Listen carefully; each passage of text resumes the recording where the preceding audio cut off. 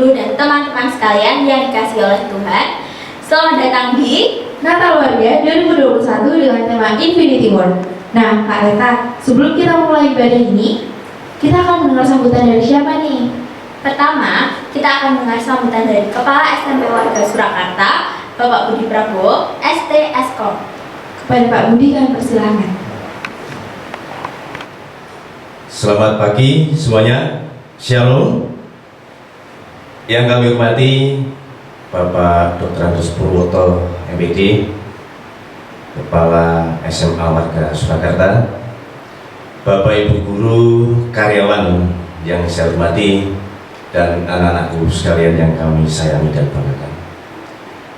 Pada pagi hari ini atau siang hari ini, sungguh sesuatu yang luar biasa. Kita bersama-sama merayakan Natal tahun 2021 dalam keadaan yang baik sekali, sehat.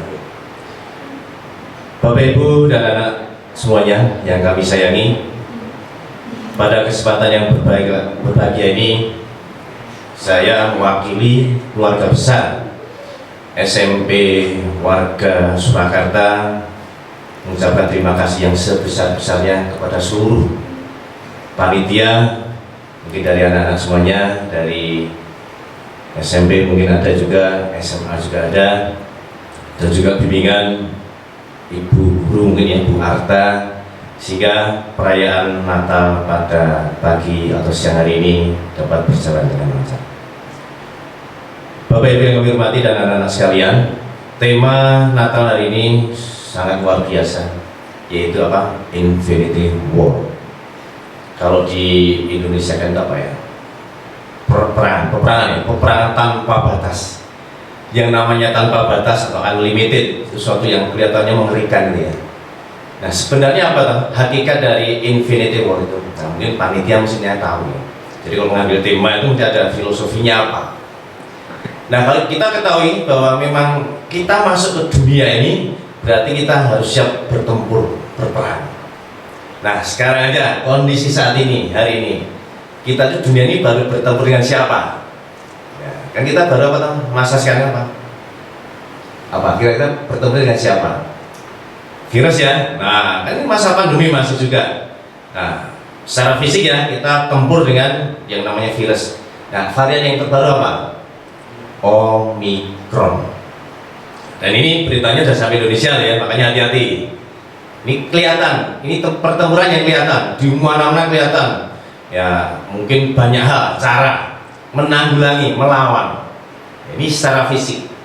Itu aja sudah kacau balau itu ya. Sana sini korbannya banyak sekali. Padahal kalau yang di sini dimaksud oleh Tuhan, ya, Infinity War itu sebenarnya memerangi diri kita sendiri dari sifat-sifat buruk. Kita perangi. Kan kita ada muncul ya watak-watak yang kurang baik. Misalnya apa toh? Ada orang kan biasa kan punya saat-saat ini ya, pada Natal hari ini atau saat-saat ini kita baru untuk anak-anak semuanya menerima hasil belajar rapot ya semester dasar. Nah, dilihat aja hasilnya seperti apa. Ya, kalau hasilnya kurang baik, ya misalnya banyak yang remedi, nah berarti Infinity War-nya apa yang menjadi kelemahan kita apa? Berarti malas belajar pasti. Ya, jadi kita nggak usah perangnya aja. Makanya anak-anak sekarang dicoba perspektifnya diperluas. Ya, jadi dalam kita memahami sesuatu istilah itu sesuai dengan konteks. Ya, kalau kita sebagai pelajar apa? Infinity War-nya saya harus apa ya? Peperangan kita memerangi diri kita. Ya, kalau pelajar ya harus belajarnya yang giat, rajin, aktivitas seperti hari ini luar biasa. Anak-anak selain belajar ya mengembangkan diri. Mungkin sebagai tadi hostnya, mungkin tadi pengisi acaranya. Ini adalah bagaimana memerangi diri kita yang lemah menjadi baik. Ya, ini pada prinsipnya sebagai pelajar. Meluas lagi, kita sebagai manusia, kita punya karakter yang positif yang baik. Nah, kalau kita melihat banyak sekali ya referensi yang harus kita cari. Kalau menurut saya ya dari Pak Budi ya, ini Infinity War-nya atau kita mau menggunakan alat-alat Tuhan atau apa ya senjata Tuhan yang mau kita pakai untuk memerangi segala sesuatu yang menghambat diri kita untuk kembali kepada Tuhan mestinya. Ya, ada dua jalur atau dua cara. Cara yang pertama, kita bagaimana melanggengkan, istilahnya kita bagaimana terus berkomunikasi dengan Tuhan. Kita harus punya 3 karakter utama. Ya, infinite alat. Ya, bagaimana kita harus terus komunikasi pada Tuhan. Kita harus selalu sadar pada Tuhan. Ya, kita harus yang kedua, kita harus percaya pada Tuhan. Dan yang ketiga, kita harus selalu taat pada Tuhan. Ya, ini hubungan kita dengan Tuhan. Ya, jadi alat yang kita pakai, ya, kepercayaan kita pada Tuhan, kesadaran kita pada Tuhan, dan ketaatan kepada Tuhan. Kemudian kita juga harus karena kita sesama manusia, ya, kita mengembangkan diri untuk terus tadi memerangi hal-hal yang negatif. Kita harus punya 5 karakter utama, 5 watak utama yang harus terus kita bangun dalam diri kita. Khususnya anak-anak sekalian, walaupun kita sebagai manusia, saya juga sebagai manusia dewasa juga terus belajar. Jadi apakah yang sudah tua itu lebih baik daripada anak? Belum tentu. Makanya kita terus berperang memerangi diri sendiri, ya, dari hal-hal yang negatif. Nah, 5 karakter dasar yang harus kita punyai untuk bisa menanggulangi hambatan atau kita berperang di dunia ini. Yang pertama, anak-anak harus mempunyai karakter yang namanya keikhlasan, ya, kerelaan di dalam kegiatan apapun di dalam kehidupan. Ya. Yang kedua, anak-anak harus punya karakter yang sifatnya bisa menerima kondisi, terima. Ya. Yang ketiga, kita harus punya karakter atau watak yang penting sekali, yang paling penting itu kejujuran. Ya, jujur. Yang keempat, kita harus punya watak istilahnya orang sekarang itu kesabaran yang luar biasa. Ibaratnya kalau kita punya hati yang sabar, ibaratnya kayak samudra, ya, bisa menampung semua problem. Apalagi anak-anak sekarang banyak sekali problem yang permasalahannya, baik di dalam belajar, mungkin pergaulan dengan teman dan seterusnya. Ya. Dan yang terakhir, sebagai manusia kita harus bisa memiliki watak yang berkarakter budi luhur. Artinya watak yang dimanapun kita berada, kita menjadi panutan, ya, kita menjadi tangan-tangan panjang Tuhan untuk membagikan karsa Tuhan. Ya. Seperti pagi hari ini atau siang hari ini, terima kasih sekali anak-anak sekalian, kita terus mengingat Tuhan. Hari Natal adalah kelahiran Tuhan Yesus yang mana memberikan kita inspirasi, motivasi, ya, mari kita contoh apa yang sudah diberikan oleh Tuhan Yesus pada kita semuanya untuk mengarungi kehidupan. Jadi sekali lagi saya ucapkan selamat Natal untuk kita semuanya. Semoga kita semakin hari semakin baik dan kita bisa memerangi keadaan apapun juga sehingga kita sukses di dalam kehidupan. Sekali lagi selamat Natal tahun 2021.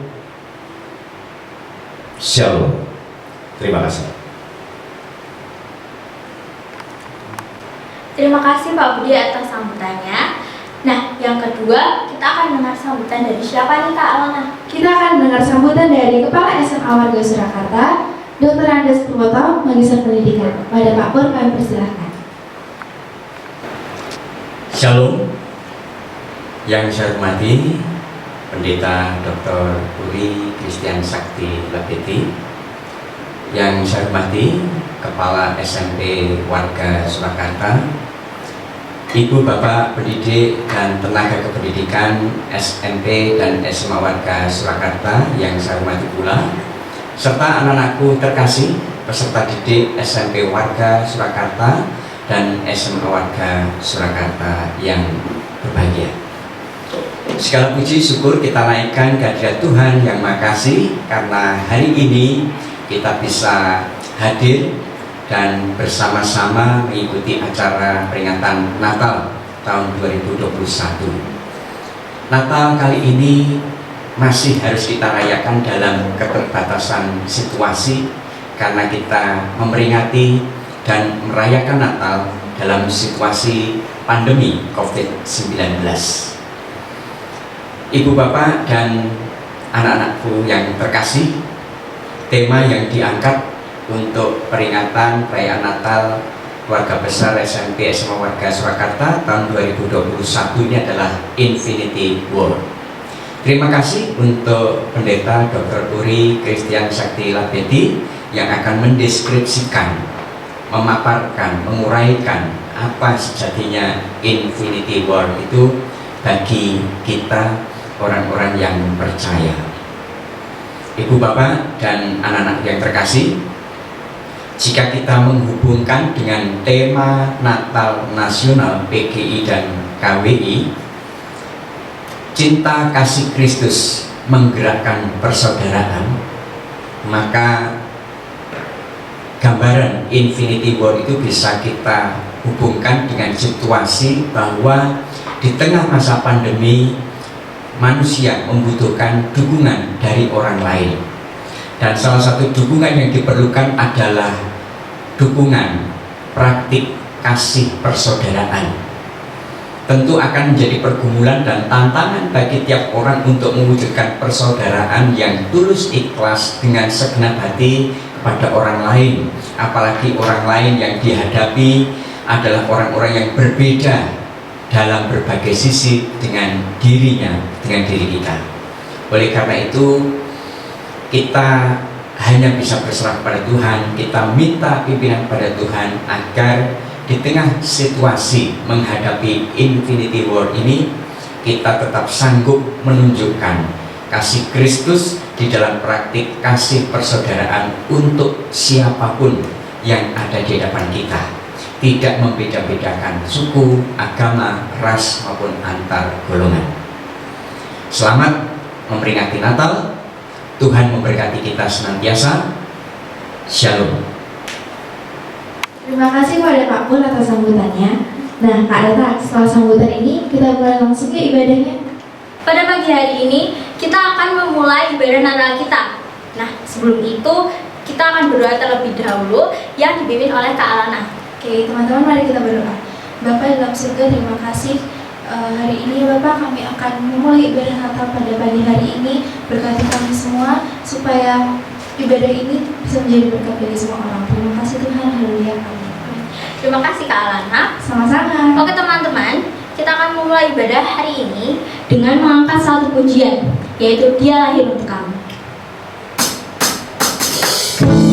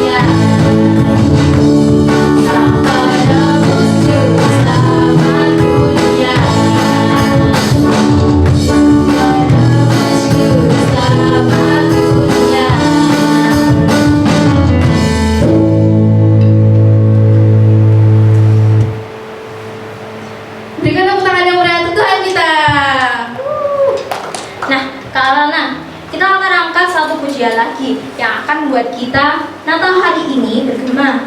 Apa tuh Kak Rita? Mau tahu? Mau dong. Kayaknya aku tahu deh. Lagunya tuh yang itu kan yang bikin bergema banget. Biar lebih bergema kita bakal nyanyi bareng-bareng. Nah, oke Kak, kita langsung saja angkat pujian. Kita surga bergema.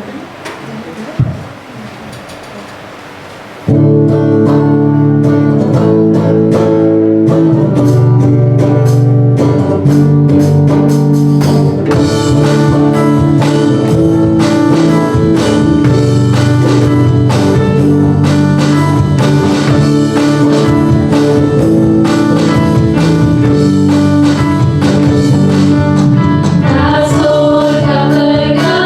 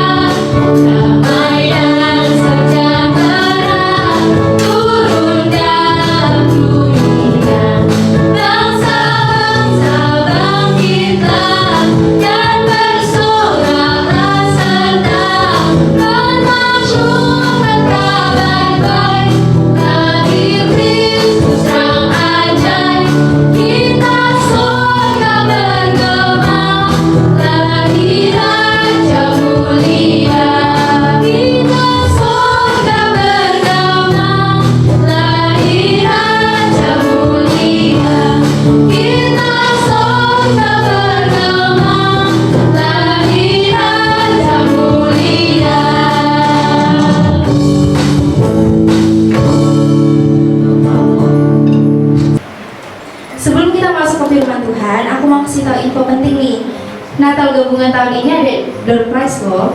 Oh wah, gimana tuh caranya Kak biar dapetin door prize? Pertama, yang absen pertama di live chat akan mendapatkan door prize. Lalu yang kedua, kesan dan pesan terbaik. Dan yang ketiga adalah refleksi terbaik. Dan hadiahnya diambil dari 3 siswa SMA dan 3 siswa SMP. Jadi, ayo, ada banyak kesempatan loh. Oke gitu ya teman-teman. Kini tiba saatnya kita akan mendengarkan firman Tuhan. Mari kita siapkan hati kita, serta pikiran kita untuk menerima berkat yang akan disampaikan oleh hamba-Nya.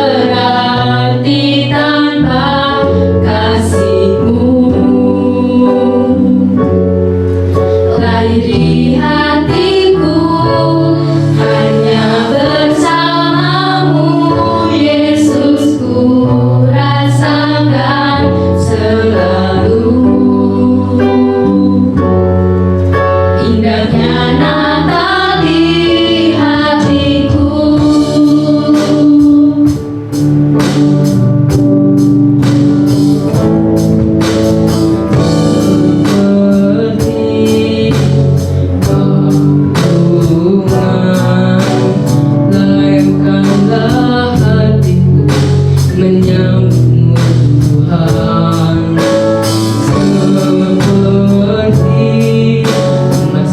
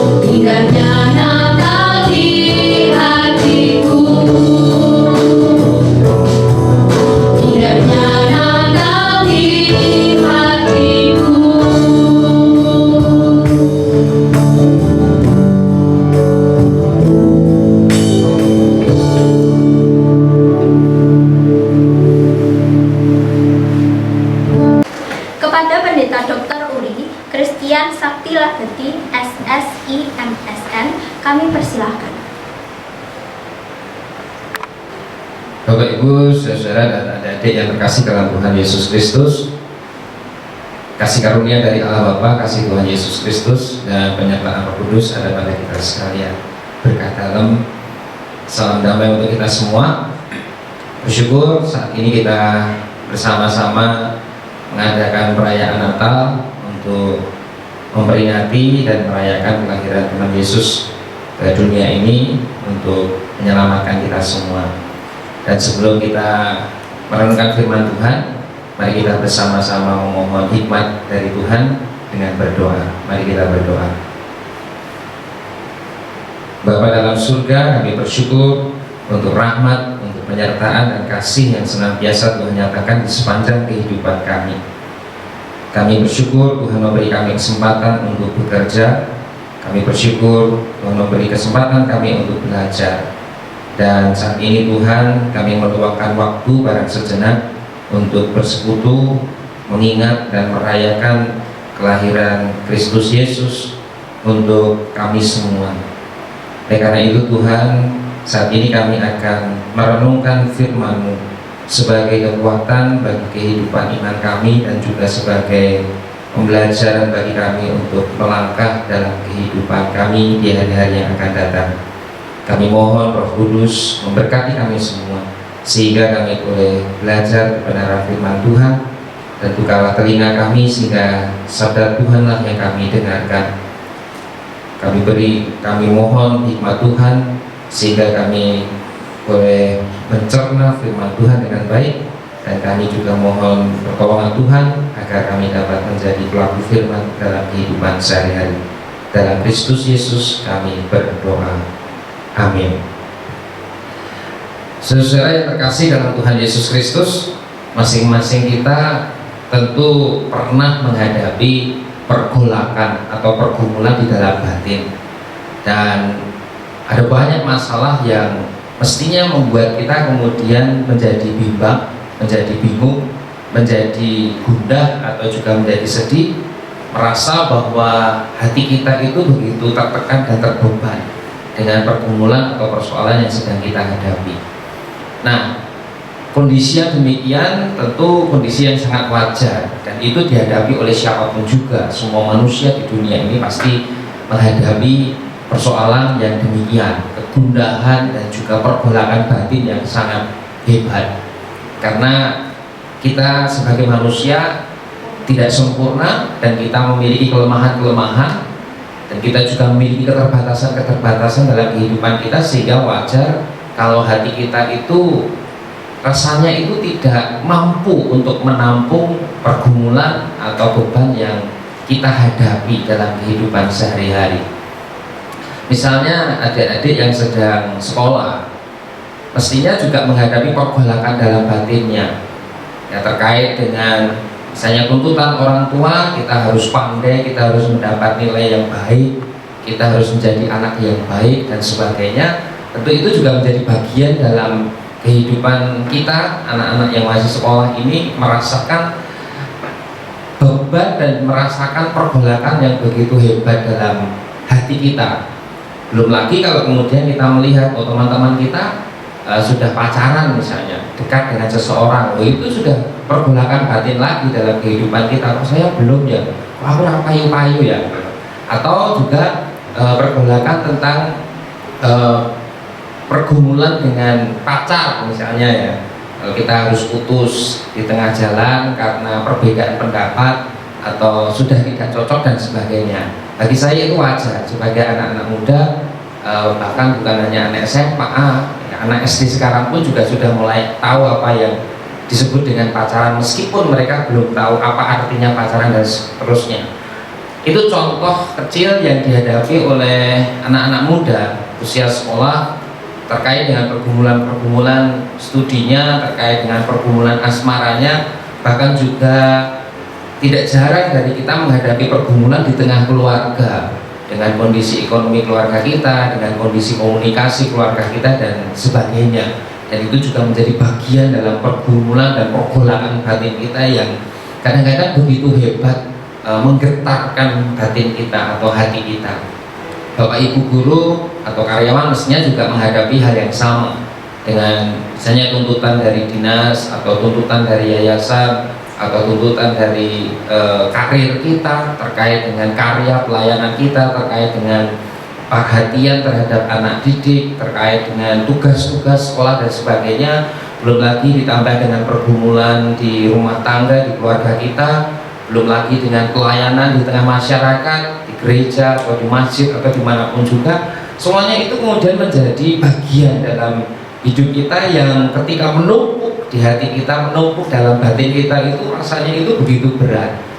Nah, disitulah terjadi pergolakan yang hebat. Disitulah terjadi suasana batin yang sudah tidak tenang dan rasanya itu begitu berat menghadapi kehidupan ini. Saya menyampaikan atau memberi contoh hal-hal seperti itu, saya kaitkan dengan tema Natal yang diangkat oleh panitia pada tahun ini, Infinity War, peperangan yang tanpa batas. Meskipun kalau kita kaitkan dengan yang sudah populer di tengah masyarakat, Infinity War itu salah satu judul film Avenger dari Marvel Studio yang pernah dirilis dan juga menjadi booming di dunia terkait dengan tokoh-tokoh hebat Marvel yang saat itu berperang melawan Thanos. Kemudian Thanos yang dalam tanda kutip jahat itu justru mengalahkan tokoh-tokoh baik, tokoh-tokoh yang kita sayangi, tokoh-tokoh yang kita cintai, ya, seperti Hulk, seperti siapa itu, siapa ya? Saya tidak begitu hafal dengan apa namanya film itu. Ada Thor dan seterusnya. Nanti bisa dilihat Infinity War dari Avengers itu. Nah, itulah yang terjadi, pergolakan batin. Ini antara yang baik dan yang jahat dalam film itu. Nah, sementara contoh yang saya sampaikan tadi, pergolakan dalam batin kita antara iya dan tidak, antara yang benar dan yang tidak benar.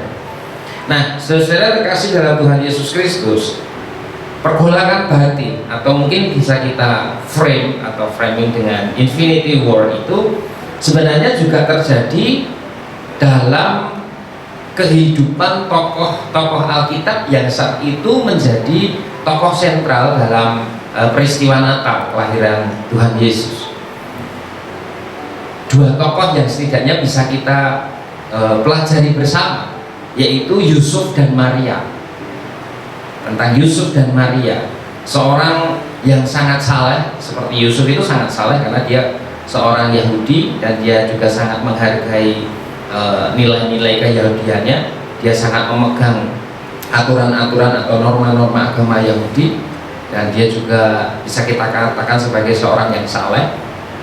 Tetapi ketika suatu hari malaikat Tuhan Gabriel atau Jibril itu datang kepadanya dan kemudian memberitahukan bahwa tunangannya yang bernama Maria itu sedang diproses oleh Allah, sedang dipakai oleh Allah untuk menjadi perantara lahirnya juru selamat dunia, maka terjadi pergolakan batin dalam dirinya.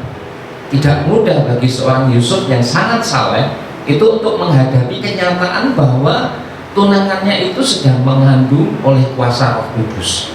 Tidak mudah, karena secara logika itu juga tidak dapat diterima dengan mudah oleh masyarakat pada saat itu. Bagaimana mungkin seorang perempuan kalau tidak ada proses secara biologis dari seorang laki-laki kemudian bisa mengandung? Itu sudah tidak masuk akal. Ini jangan-jangan antara Yusuf dan Maria itu kemudian ada persekongkolan yang kemudian membuat berita bahwa ini adalah kehendak Tuhan, terjadi dengan keajaiban atau mukjizat dan sebagainya. Bisa jadi kalau masyarakat pada saat itu menggunakan logika-logika berpikir secara manusiawi, tentu akan mempunyai pikiran-pikiran yang negatif seperti itu. Tetapi paling tidak dari sisinya Yusuf sendiri sudah terjadi pergolakan batin yang amat sangat hebat. Bagaimana saya harus menghadapi kenyataan ini?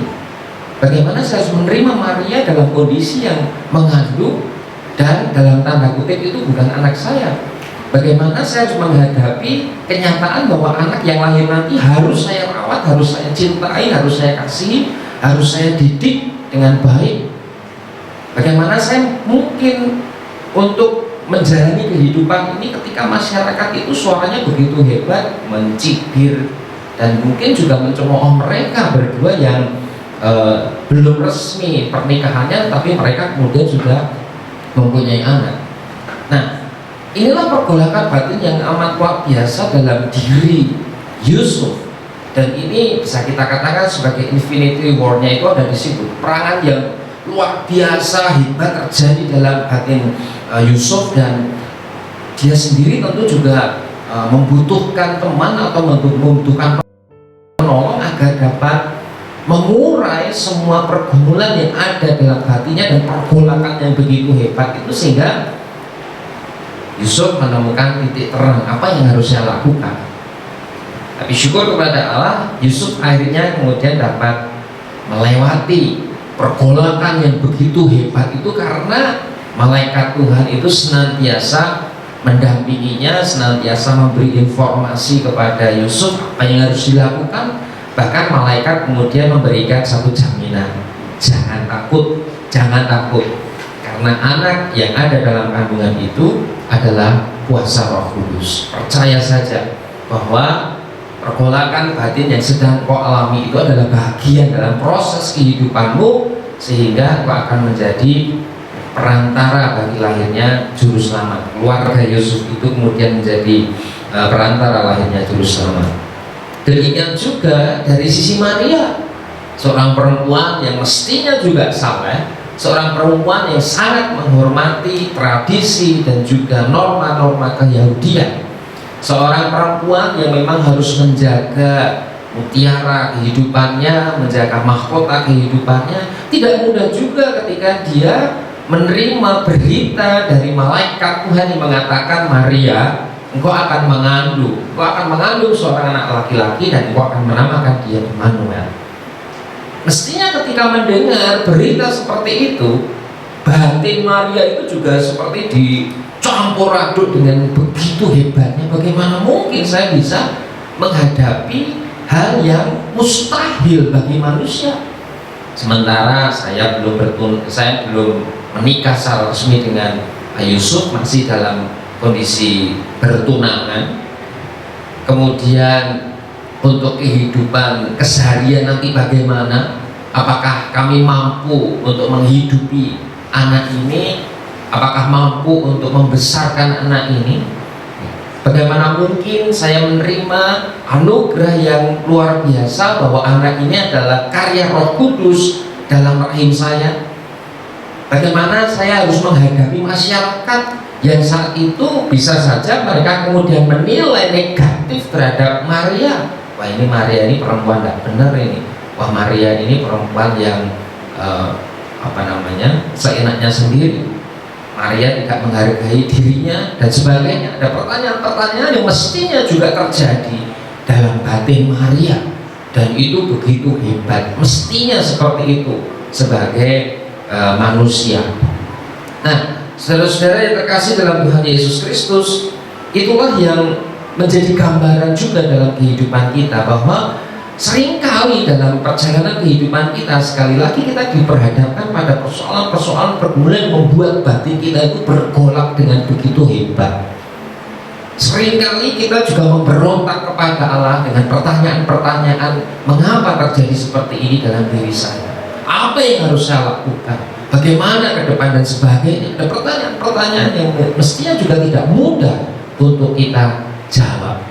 Tetapi mari kita belajar dari Yusuf dan Maria yang akhirnya mereka mampu melewati masa-masa infinity war dalam batinnya, dalam hatinya yang begitu hebat itu, sehingga mereka kemudian dapat melaksanakan misi kerajaan Allah, yaitu lahirnya Kristus Yesus ke dunia ini.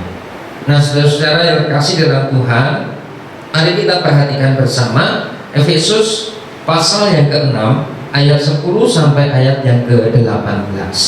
Bacaan yang kita renungkan bersama pada saat ini dari Efesus pasal 6 ayat 10 sampai 18. Firman Tuhan mengatakan demikian. Akhirnya hendaklah kamu kuat di dalam Tuhan di dalam kekuatan kuasa-Nya. Kenakanlah seluruh perlengkapan senjata Allah supaya kamu dapat bertahan melawan tipu muslihat iblis.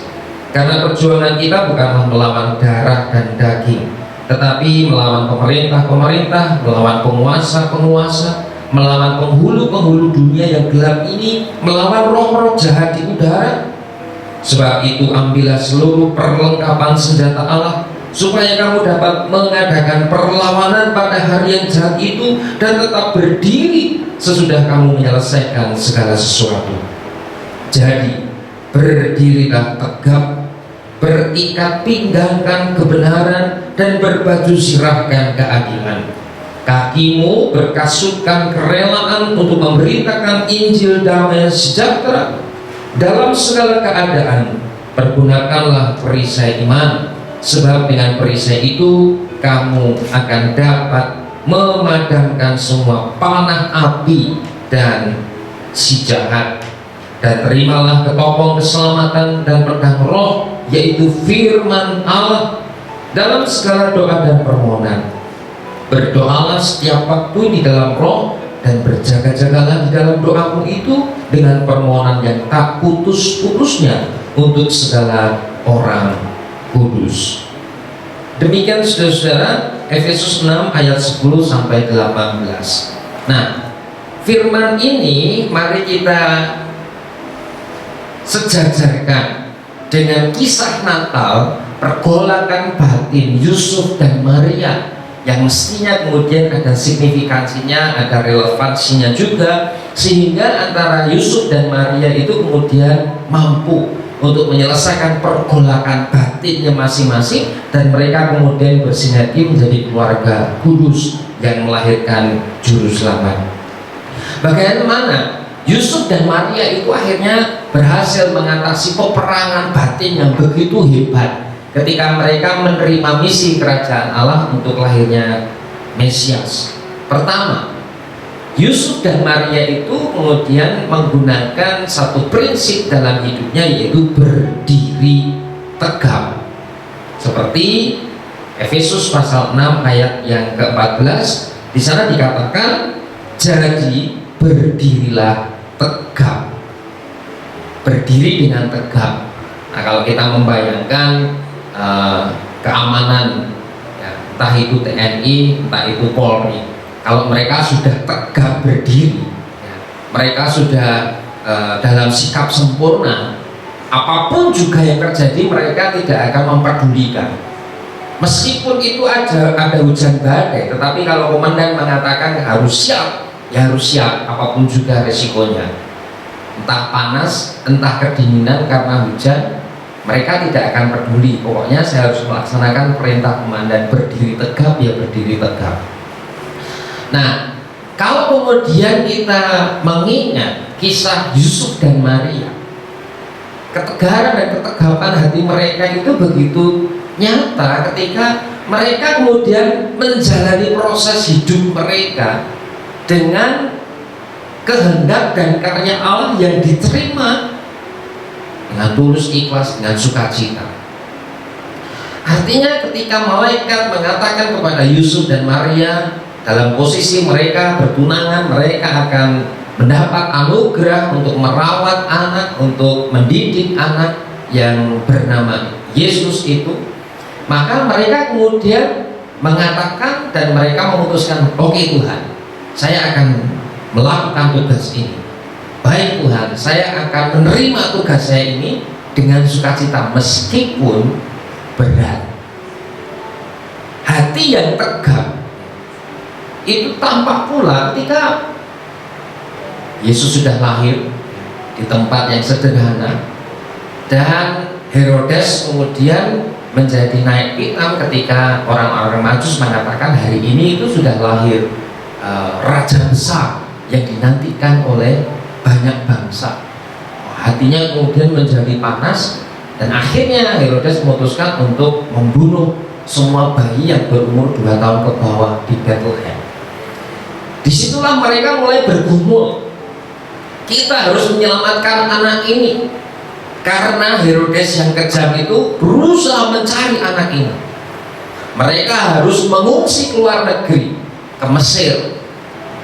Dan bayangkan perjalanan mereka juga bukan perjalanan yang mudah. Harus melewati padang gurun yang kalau siang itu panasnya bukan main ya. Panasnya itu ngentang-ngentang gitu.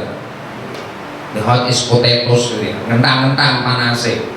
Kalau malam itu mestinya dinginnya juga luar biasa.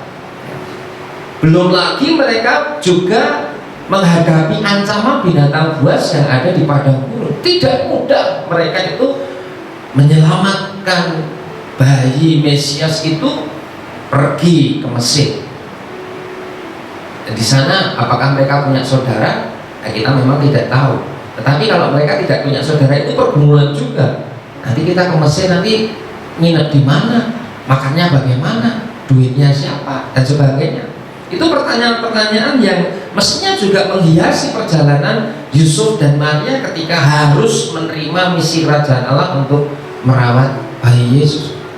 Tetapi syukur kepada Allah karena mereka itu berdiri tegak, punya prinsip yang kuat. Oke Tuhan, saya akan menerima jalan ini, saya akan melakukan tugas ini meskipun berat dan meskipun banyak ancaman, saya akan tetap melakukannya dengan setia.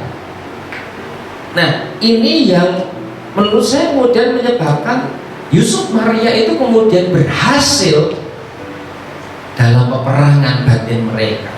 Mereka berhasil menang dalam infinity war yang ada dalam batin mereka, pergolakan yang begitu hebat, karena mereka kemudian kita harus punya prinsip yang kuat, punya prinsip yang benar-benar tegak. Karena inilah kehendak Tuhan.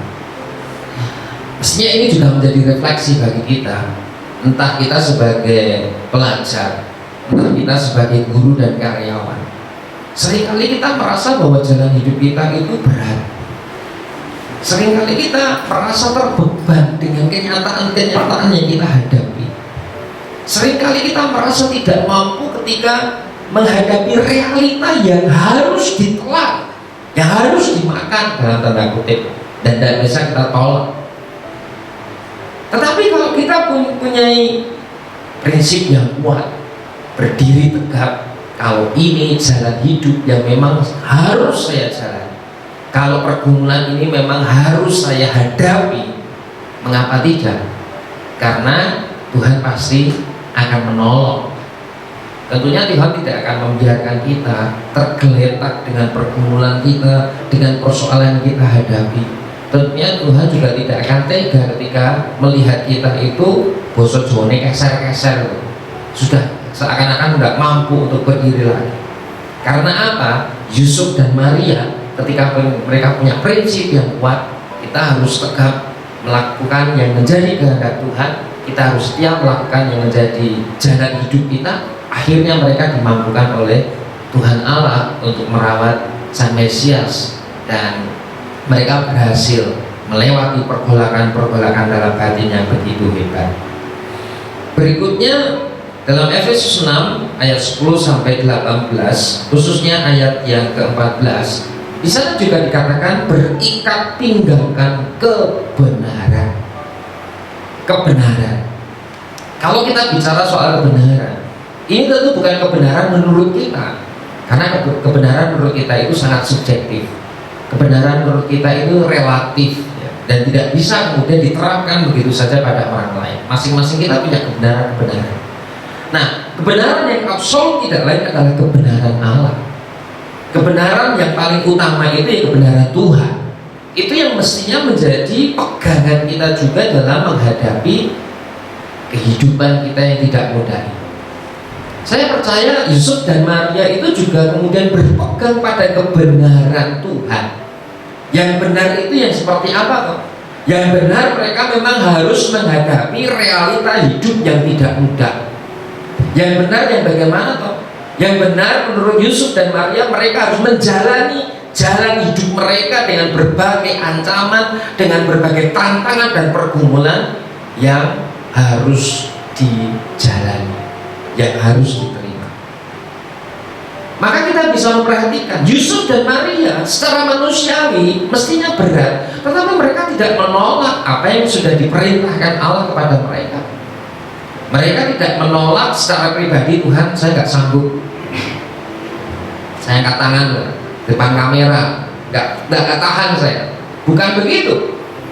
Yusuf tidak kemudian melarikan diri, meskipun awalnya dalam batinnya, saya mau pergi diam-diam saja meninggalkan Maria, supaya Maria itu tidak terlalu terbeban dengan semuanya ini.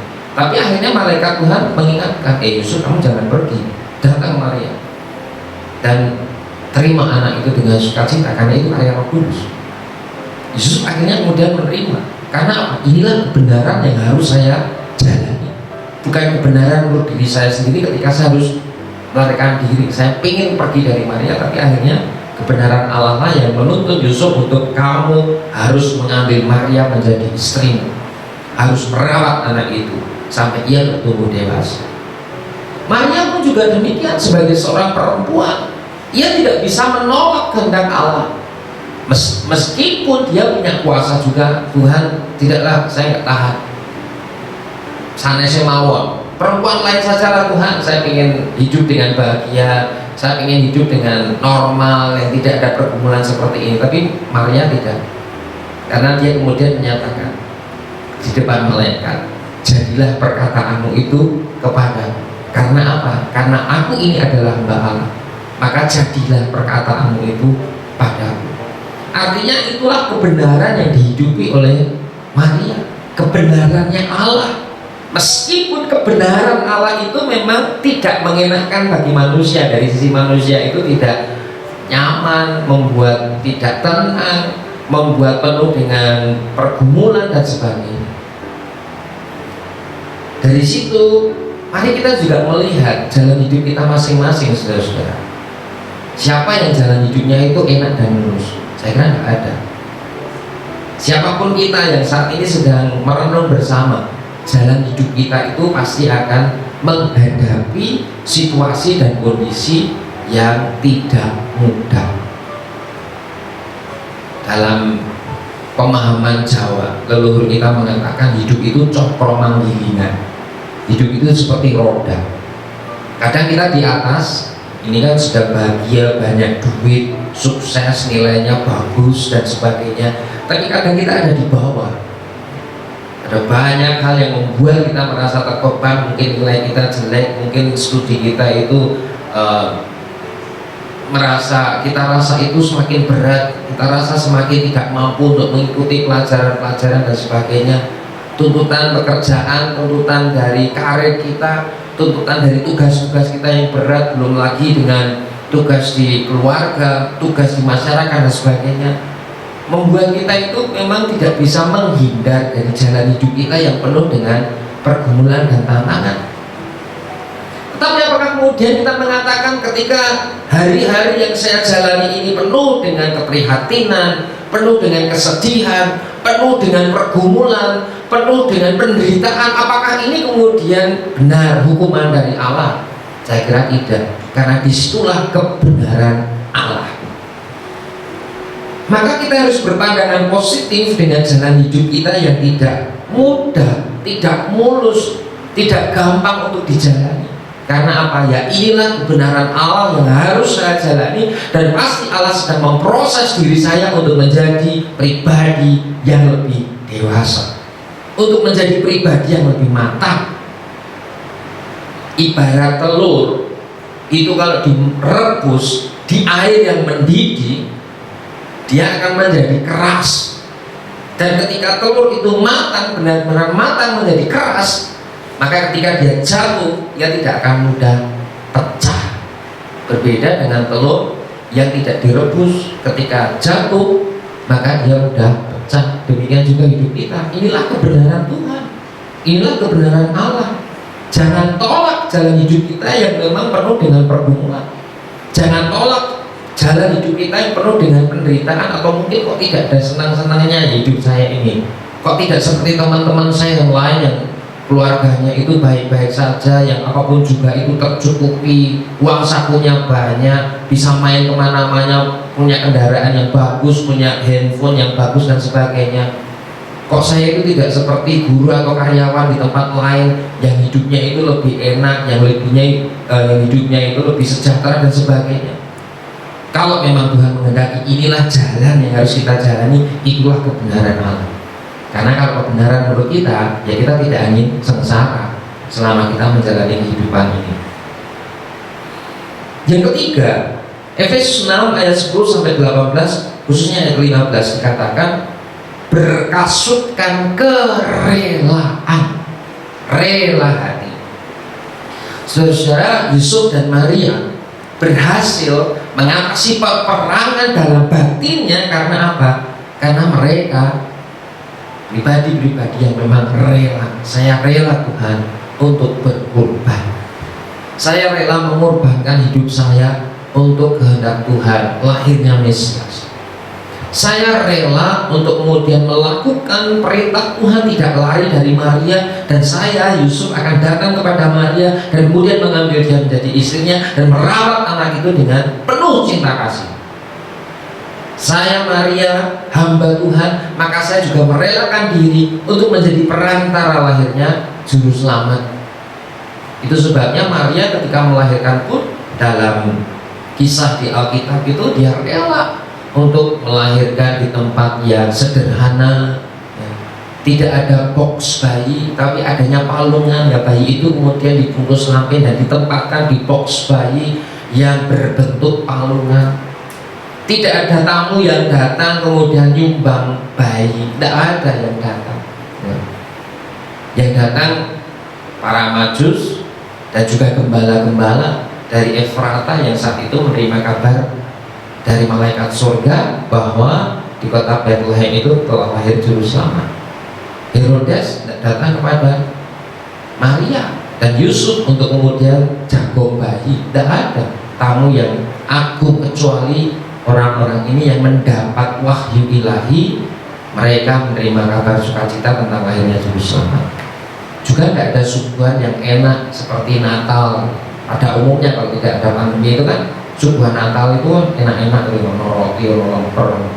Suguhan keluarga kudus saat itu ketika Yesus lahir paling apa, seringkil itu eennya kambing, dan juga suasana yang sederhana yang mungkin juga baunya pesing, ya, baunya itu nggak enak itu. Tapi mereka rela. Karena apa? Mereka kemudian memahami inilah kehendak Tuhan. Justru kerelaan itulah yang membuat Yusuf dan Maria berhasil mengatasi pergolakan dalam hatinya, mengatasi peperangan dalam hatinya, dan kemudian mendidik Yesus dengan baik. Nah, mari kita juga menjalani kehidupan ini dengan rela hati, dengan keikhlasan. Saya tidak tahu apakah adik-adik zaman now itu kemudian juga punya kerelaan. Misalnya kalau orang tuanya, "Duk, Lek, tolong kayak disapu." Apa ya terus, "Oke, saya berangkat." Atau, "Duk, Lek disapu." "Ngosek kok." "Duk, Lek disapu." "Ngosek kok." Lagi asik dolanan gitu. Engko nek wis mandek game, apa seperti itu. Akhirnya terjadilah keterpaksaan dalam hidup kita, dalam hati kita. Bapak Ibu ngakon anak itu misalnya. Karena tidak ada kerelaan hati, kita kemudian menjadi berat. Ketika kita dituntut dengan karir kita, dituntut dengan pekerjaan-pekerjaan kita, apakah kita itu juga melakukan dengan rela hati? Karena disitulah kita belajar untuk diproses menjadi lebih pandai, menjadi lebih dewasa, menjadi lebih pintar dalam mengelola emosi kita. Dan seringkali kan kita tidak bisa menerima kondisi yang seperti itu, bukannya di instansi, mungkin di tempat pelayanan juga demikian. Ada banyak tuntutan membuat kita itu kemudian merasa terbeban. Kenapa sih? Ada banyak persoalan yang kemudian ditumpukkan ke saya. Kenapa saya harus mengerjakan? Kenapa saya? Banyak pertanyaan yang menghantui pikiran kita. Tapi kalau kita melakukan dengan kerelaan hati, menurut saya itu kemudian menjadi sebuah kekuatan bagi kita. Kekuatan untuk kemudian lebih tegap, lebih kuat, dan juga berdampak terhadap kedewasaan kita. Seperti Yusuf dan Maria itu, mereka akhirnya dewasa dalam iman dan dewasa dalam pikiran mereka, dewasa dalam memutuskan untuk menghadapi situasi yang tidak mudah saat itu. Karena apa? Kerelaan hati mereka menjalani kehendak Tuhan meskipun tidak mudah untuk mereka jalani saat itu. Nah, mari kita menjadi pribadi yang juga rela melakukan kehendak Tuhan dalam hidup kita. Jalan hidup yang tidak mudah, saya rela Tuhan menjalani penuh dengan sukacita. Kalau ini jalan salib, saya akan rela menjalani jalan salib saya sampai akhirnya nanti ada kemenangan di Kalvari, ada kesempurnaan yang akan saya terima, akan ada kedewasaan, akan ada anugerah, akan ada mujizat yang saya terima dan sebagainya. Dan yang keempat, kalau kemudian kita perhatikan keberhasilan Yusuf dan Maria mengatasi peperangan pergolakan dalam batinnya, itu bisa kita temukan setidaknya Efesus 6 ayat yang ke-17. Berpedangkan roh, yaitu firman Allah. Berpedangkan roh, yaitu firman Allah.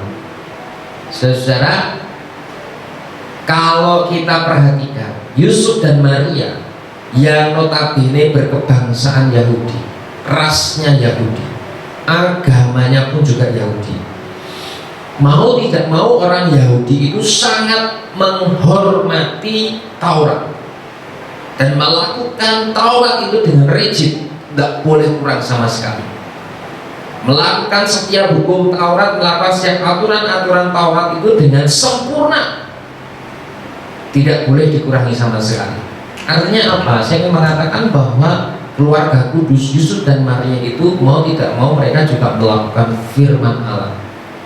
Taurat yang berasal dari Allah melalui Musa, mereka menghormati dan menghargai. Bahkan ketika malaikat Allah turun, utusan Tuhan itu turun dan kemudian mereka menerima perkataan atau sabda bahwa Yusuf dan Maria harus menerima kelahiran Yesus Kristus Sang Mesias, mereka kemudian juga taat terhadap firman Allah. Ketika Yesus sudah lahir, kemudian Herodes dengan membabi buta, takut, kedudukannya terancam dengan raja yang baru lahir saat itu, maka malaikat mengatakan, Yusuf, kamu harus membawa anak dan ibu itu pergi dari daerah ini, sana pergi ke Mesir, mengungsi dulu sementara waktu sampai Herodes itu nanti mati. Mereka juga melakukan dengan rela hati, dengan sukacita. Firman Allah kemudian dilakukan dengan sungguh-sungguh oleh Yusuf dan Maria. Dan ketika sudah aman kondisinya, Yusuf sekarang bawa anak itu dan ibunya pulang kembali ke tanah kelahiranmu, pulang ke rumahmu. Mereka kemudian berjalan lagi mengikuti perintah dari Allah dan akhirnya mereka berhasil. Itu berarti firman Allah itu juga menjadi salah satu cara bagaimana Yusuf dan Maria itu mengatasi infinity war yang ada dalam batinnya. Pergolakan yang begitu hebat itu terjawab melalui firman Allah yang dilakukan dengan sungguh-sungguh. Refleksi bagi kita, apakah kita juga kemudian melakukan firman Allah dengan sungguh-sungguh? Apapun juga keyakinan kita, apakah kemudian kita menghargai kitab suci itu dan kita lakukan isinya dengan sungguh-sungguh? Itu menjadi refleksi bagi kita. Mungkin sebagai orang Kristen, kita itu tidak punya tradisi yang kuat untuk membaca Alkitab. Membaca Alkitab ya nanti kalau hari Minggu saja ketika beribadah atau ketika misa. Sementara hari-hari yang lain, waduh, saya tidak sempat membaca Alkitab, tapi saya sempat untuk baca gosip-gosip. Tapi saya sempat untuk membaca berita-berita yang menarik, membaca berita-berita yang baru viral di Solo atau di Indonesia, di dunia dan sebagainya. Itu lebih mengasihkan daripada membaca firman Allah. Kita lebih asik melakukan apa yang menjadi tren masa kini. Wah, ini ada spot selfie yang menarik ini, wah kita pergi ke sana, gitu kan. Sampai pernah kejadian kan kemarin ada remaja yang selfie itu kesamber sepur, gitu. Kena ketabrak kereta. Nah, kereta mainan nggak apa-apa, yang kereta Sumba mati, gitu kan. Nah, itu saking mereka itu ingin menjadi terkenal di tempat-tempat tertentu yang sudah viral juga. Tapi apakah pernah kita memviralkan dalam diri kita firman Allah yang kemudian membuat kita itu begitu gegabah kita melakukannya? Ketika Tuhan mengatakan kasihilah musuhmu, ya kemudian kita mengasihi musuh kita. Ampunilah mereka, jangan kau sumpahi mereka. Apakah kemudian kita juga mengampuni mereka dengan tulus ikhlas? Belum tentu firman Allah itu kemudian kita lakukan. Percayalah kepadaku, karena aku akan menyertai engkau sampai akhir zaman. Kadang-kadang kita khawatir dengan kehidupan kita. Besok saya mau makan apa? Besok saya mau sekolah di mana? Besok saya mau dapat pacar siapa dan sebagainya. Kita khawatir dengan kehidupan kita. Padahal Allah kemudian mengatakan jangan takut, aku menyertai kamu sampai akhir zaman. Tapi kita juga tidak punya kekuatan yang begitu menggegap dalam hati kita untuk mempercayai firman Allah. Nah, bagaimana mungkin kita bisa melewati proses pergolakan batin yang begitu hebat kalau firman Allah saja bukan menjadi makanan pokok bagi kita? Tapi berita-berita yang viral itu kemudian menjadi makanan utama bagi kita. Bagaimana mungkin kita akan menang dalam peperangan dalam batin kita, infinity war yang ada dalam batin kita, kalau kemudian kita tidak pernah belajar firman Tuhan melalui kitab suci yang kita imani? Nonsense, mau kosong kalau kemudian kita bisa kemudian menang dalam peperangan batin kita dengan pikiran sendiri, dengan kekuatan sendiri. Yusuf dan Maria, mereka berhasil melalui tahap yang tidak mudah, infinity war dalam batin mereka, pergolakan yang begitu hebat, karena mereka tetap tegap dalam keyakinan dan menganggap bahwa jalan hidup yang tidak mudah itu adalah kebenaran yang Tuhan berikan kepada mereka, sehingga mereka menjalani dengan rela hati apa yang menjadi jalan hidup mereka dengan berlandaskan firman Allah. Kiranya ini juga menjadi kekuatan bagi kita, adik-adik semua yang masih berjuang untuk masa depan, adik-adik semua, Bapak Ibu guru dan karyawan yang melayani di lembaga ini. Pergolakan yang ada dalam kehidupan kita sehari-hari dari malaikat surga bahwa di kota Bethlehem itu telah lahir juru selamat. Herodes datang kepada Maria dan Yusuf untuk kemudian jago bayi. Tidak ada tamu yang agung kecuali orang-orang ini yang mendapat wahyu ilahi. Mereka menerima kabar sukacita tentang lahirnya juru selamat. Juga tidak ada suguhan yang enak seperti Natal. Pada umumnya kalau tidak ada pandemi itu kan suguhan Natal itu enak-enak, roti, lemper. Suguhan keluarga kudus saat itu ketika Yesus lahir paling apa, seringkil itu nya kambing, dan juga suasana yang sederhana yang mungkin juga baunya pesing, ya, baunya itu nggak enak itu. Tapi mereka rela, karena apa? Mereka kemudian memahami inilah kehendak Tuhan. Justru kerelaan itulah yang membuat Yusuf dan Maria berhasil mengatasi pergolakan dalam hatinya, mengatasi peperangan dalam hatinya, dan kemudian mendidik Yesus dengan baik. Nah, mari kita juga menjalani kehidupan ini dengan rela hati, dengan keikhlasan. Saya tidak tahu apakah adik-adik zaman now itu kemudian juga punya kerelaan. Misalnya kalau orang tuanya, "Duk, tolong disapu." Apa ya terus, "Oke, saya berangkat." Atau, "Duk, disapu." "Ngusik kok." "Duk, disapu." "Ngusik kok." Lagi asik dolanan gitu. Engkau nek wis mandek game apa seperti itu. Akhirnya terjadilah terpaksaan dalam hidup kita, dalam hati kita. Bapak Ibu ngomong anak itu misalnya. Karena tidak ada kerelaan hati, kita kemudian menjadi berat. Ketika kita dituntut dengan karir kita, dituntut dengan pekerjaan-pekerjaan kita, apakah kita itu juga melakukan dengan rela hati? Karena disitulah kita belajar untuk diproses menjadi lebih pandai, menjadi lebih dewasa, menjadi lebih pintar dalam mengelola emosi kita. Dan seringkali kan kita tidak bisa menerima kondisi yang seperti itu, bukannya di instansi, mungkin di tempat pelayanan juga demikian. Ada banyak konten membuat kita itu kemudian merasa terbeban. Kenapa Kenapa sih? Ada banyak persoalan yang kemudian ditumpukan ke saya. Kenapa saya harus mengerjakan? Kenapa saya? Banyak pertanyaan yang menghantui pikiran kita. Tapi kalau kita melakukan dengan kerelaan hati, menurut saya itu kemudian menjadi sebuah kekuatan bagi kita. Kekuatan untuk kemudian lebih tegap, lebih kuat, dan juga berdampak terhadap kedewasaan kita. Seperti Yusuf dan Maria itu, mereka akhirnya dewasa dalam iman dan dewasa dalam pikiran mereka, dewasa dalam memutuskan untuk menghadapi situasi yang tidak mudah saat itu. Karena apa? Kerelaan hati mereka menjalani kehendak Tuhan meskipun tidak mudah untuk mereka jalani saat itu. Nah, mari kita menjadi pribadi yang juga rela melakukan kehendak Tuhan dalam hidup kita. Jalan hidup yang tidak mudah, saya rela Tuhan menjalani penuh dengan sukacita. Kalau ini jalan salib, saya akan rela menjalani jalan salib saya sampai akhirnya nanti ada kemenangan di Kalvari, ada kesempurnaan yang akan saya terima, akan ada kedewasaan, akan ada anugerah, akan ada mujizat yang saya terima, dan sebagainya.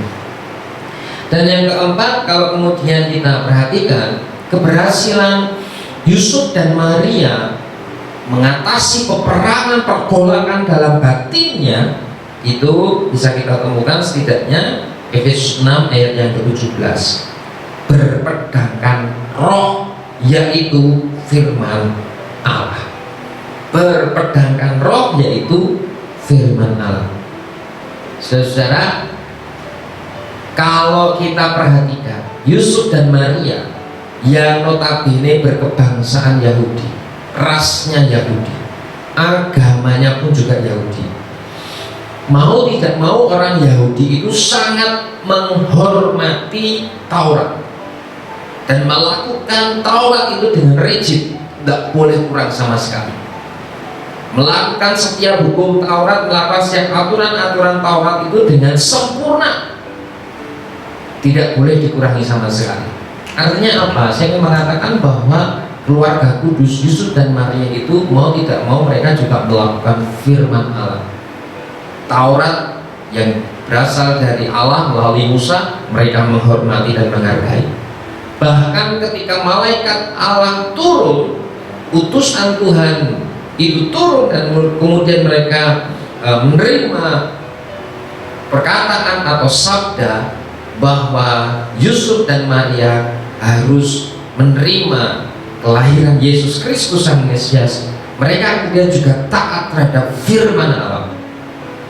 Ketika Yesus sudah lahir, kemudian Herodes dengan membabi buta, takut, kedudukannya terancam dengan raja yang baru lahir saat itu, maka malaikat mengatakan, Yusuf, kamu harus membawa anak dan ibu itu pergi dari daerah ini, sana pergi ke Mesir, mengungsi dulu sementara waktu sampai Herodes itu nanti mati.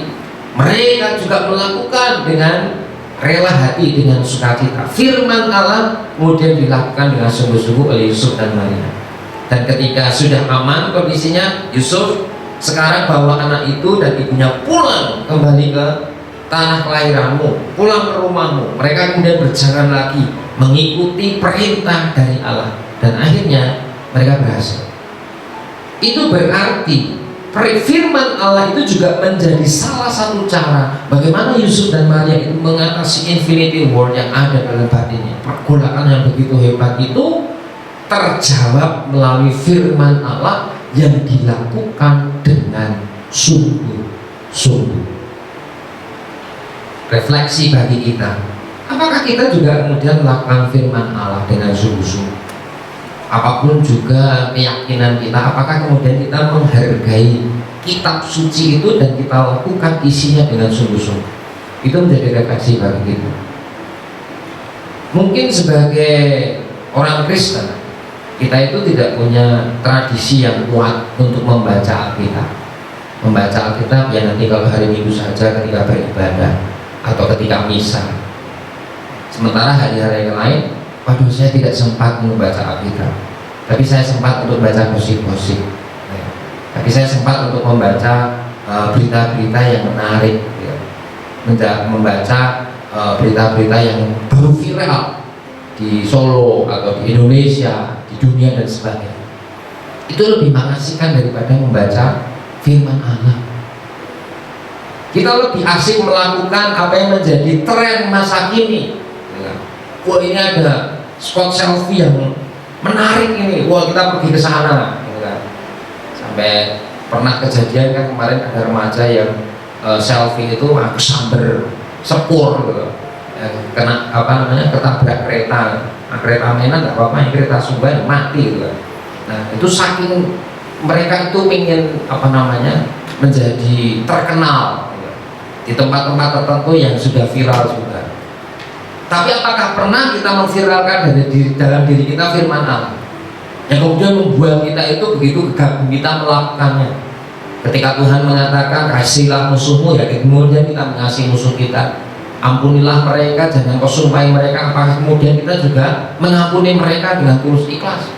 Belum tentu firman Allah itu kemudian kita lakukan. Percayalah kepadaku, karena aku akan menyertai engkau sampai akhir zaman. Kadang-kadang kita khawatir dengan kehidupan kita. Besok saya mau makan apa? Besok saya mau sekolah di mana? Besok saya mau dapat pacar siapa dan sebagainya. Kita khawatir dengan kehidupan kita. Padahal Allah kemudian mengatakan jangan takut, aku menyertai kamu sampai akhir zaman. Tapi kita juga tidak punya kekuatan yang begitu menggegap dalam hati kita untuk mempercayai firman Allah. Nah, bagaimana mungkin kita bisa melewati proses pergolakan batin yang begitu hebat kalau firman Allah saja bukan menjadi makanan pokok bagi kita, tapi berita-berita yang viral itu kemudian menjadi makanan utama bagi kita. Bagaimana mungkin kita akan menang dalam peperangan dalam batin kita, infinity war yang ada dalam batin kita, kalau kemudian kita tidak pernah belajar firman Tuhan melalui kitab suci yang kita imani? Nonsense gitu. Mau kosong kalau kemudian kita bisa kemudian menang dalam peperangan batin kita dengan pikiran sendiri, dengan kekuatan sendiri. Yusuf dan Maria, mereka berhasil melalui tahap yang tidak mudah, infinity war dalam batin mereka, pergolakan yang begitu hebat, karena mereka tetap tegap dalam keyakinan dan menganggap bahwa jalan hidup yang tidak mudah itu adalah kebenaran yang Tuhan berikan kepada mereka, sehingga mereka menjalani dengan rela hati apa yang menjadi jalan hidup mereka dengan berlandaskan firman Allah. Kiranya ini juga menjadi kekuatan bagi kita, adik-adik semua yang masih berjuang untuk masa depan, adik-adik semua, Bapak Ibu guru dan karyawan yang melayani di lembaga ini.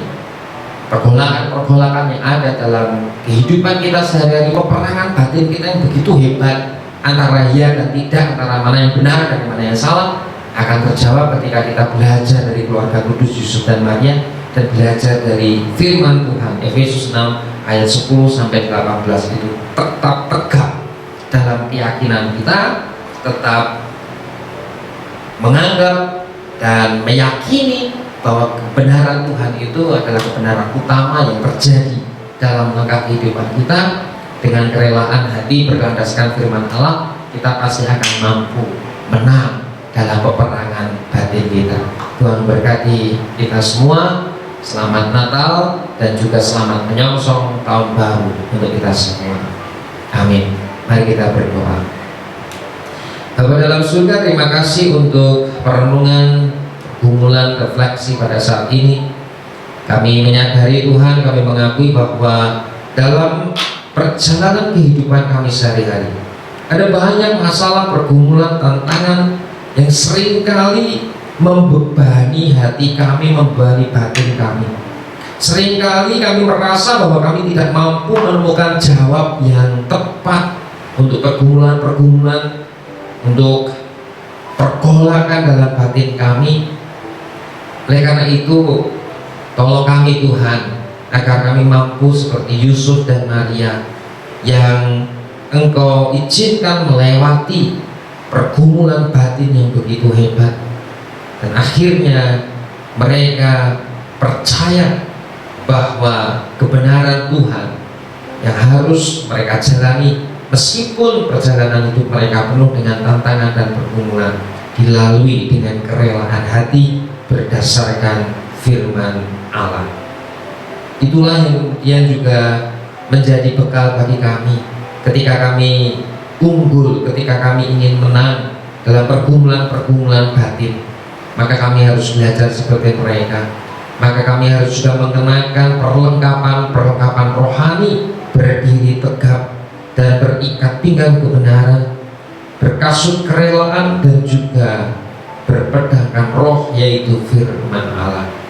Maka tolong kami Tuhan, ketika kami semua, baik kami sebagai siswa, sebagai guru, sebagai karyawan, ketika menghadapi persoalan tantangan kehidupan yang tidak mudah, kami tetap akan berpegang pada firman Tuhan. Kami tetap akan berpegang pada janji Tuhan. Engkau tidak akan pernah tertidur, Engkau tidak akan pernah meninggalkan kami. Maka saatnya akan tiba Engkau menolong kami, dan pakailah kami untuk menjadi alat pewarta damai sejahtera. Mampukan kami Tuhan dengan hikmat, dengan kepandaian Tuhan berikan kepada kami, agar kami tetap tunduk dan hormat kepada Tuhan, sehingga kami Engkau beri kekuatan untuk menyelesaikan pergumulan-pergumulan dalam kehidupan sehari-hari. Kami percaya Engkau mengasihi dan mencintai kami dari sekarang sampai selamanya, dan Engkau juga akan memberkati kami dari sekarang sampai selamanya. Terima kasih Tuhan. Inilah doa pengharapan kami. Tuhan kiranya mendengarkan dan mengabulkan permohonan kami, karena semuanya itu kami mohon di dalam nama Tuhan Yesus Kristus, pengharapan dan juru selamat yang senantiasa kami muliakan kini dan di sepanjang segala masa. Amin. Terima kasih kepada Pendeta Dr. Uli Christian Sakti Labeti SSI MSN karena sudah membagikan firman Tuhan kepada kami. Semoga kami dapat menyerap firman Tuhan yang diberikan dan menerapkannya dalam kehidupan kami sehari-hari. Kiranya Tuhan menyertai Pendeta Dr. Uli Christian Sakti Labeti SSI MSN dalam keluarga, pelayanannya, pekerjaannya, dalam situasi atau kondisi apapun. Oke, selanjutnya ada apa nih Kak Eta? Kami akan memberikan syukur kami. Kami akan memberikan kepada Tuhan dengan segenap hati kami, dan kami akan menaikkan pujian. Hai, mari berhimpun dengan diiringi tamburi.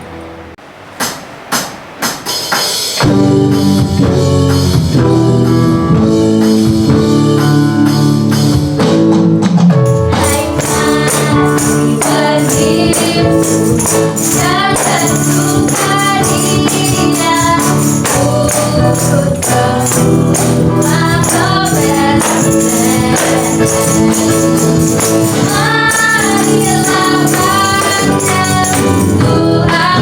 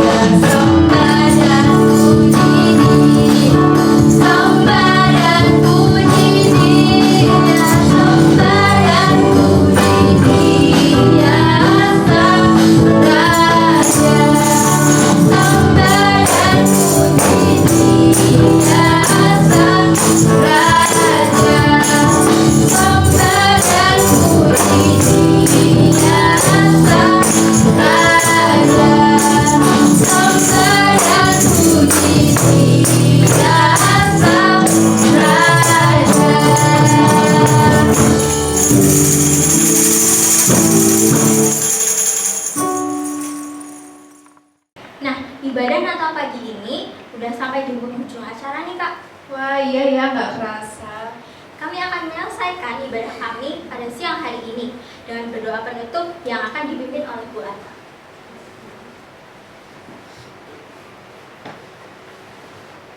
Baik, terima kasih Alana dan Treta. Terima kasih juga teman-teman semua yang sudah membantu proses dalam ibadah Natal pada kali ini. Terima kasih juga kepada Bapak Ibu Guru yang turut membantu pelaksanaan ibadah Natal pada kali ini.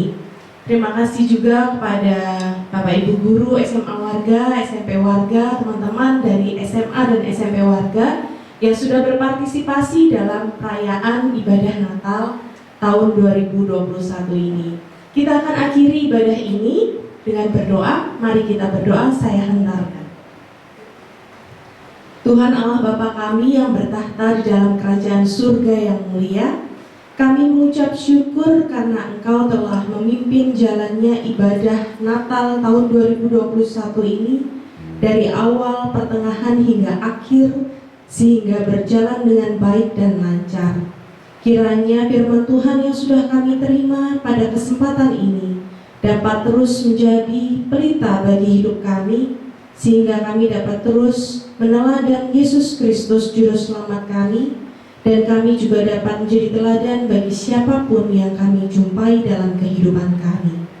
Kami serahkan seluruh kehidupan kami, kami persembahkan seluruh hidup kami hanya di dalam satu nama Tuhan kami, Yesus Kristus.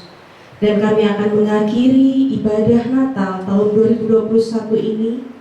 Kami mengucap syukur atasnya, dan kami terus memohon tuntunan Tuhan dalam hidup kami. Terima kasih ya Yesus. Di dalam nama Tuhan kami Yesus Kristus, Juru Selamat kami yang hidup, kami sudah berdoa dan bersyukur. Amin. Terima kasih Alana, Reta, dan teman-teman semua. Tuhan memberkati, Tuhan memberkati teman-teman yang ada di rumah, Bapak Ibu Guru SMA dan SMP Warga semua. Terima kasih untuk Bapak Ibu Guru serta teman-teman yang sudah menyaksikan Natal Warga 2021 ini dari awal sampai akhir. Sampai bertemu lagi di Natal tahun depan. Bye-bye.